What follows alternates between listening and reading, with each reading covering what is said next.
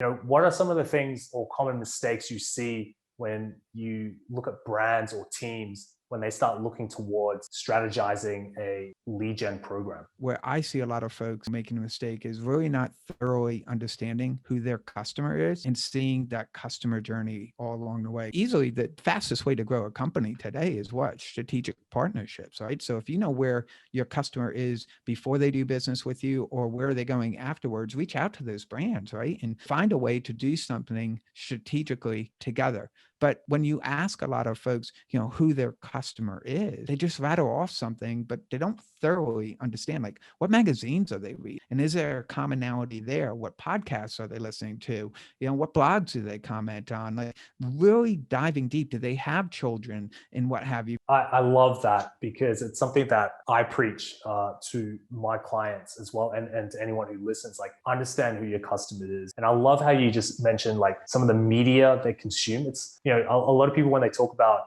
who your customer is, they talk about he or she is a corporate, they've been in business for X amount of years, but they don't necessarily talk about the media they consume. Are they more focused around traditional media versus contemporary media? Where do they get the latest news? Is it from their family? Do they trust, is it a family business versus a corporation? All these like small little elements that make up who the customer is through the media that they consume adds towards that persona at the end of the day. When you start looking at tactical elements and levers to pull, understanding what kind of media they consume and understanding where those zero moment of truths are is such an important place. And you mentioned the word persona, understanding, especially if you're selling a high-end product to a company, that there are multiple personas that you're selling to, right? And so you're selling to the actual end user. It's going to be using that product inside of the company. You're selling potentially to the CFO who's making the financial decision. You're selling to the manager that's overseeing the person.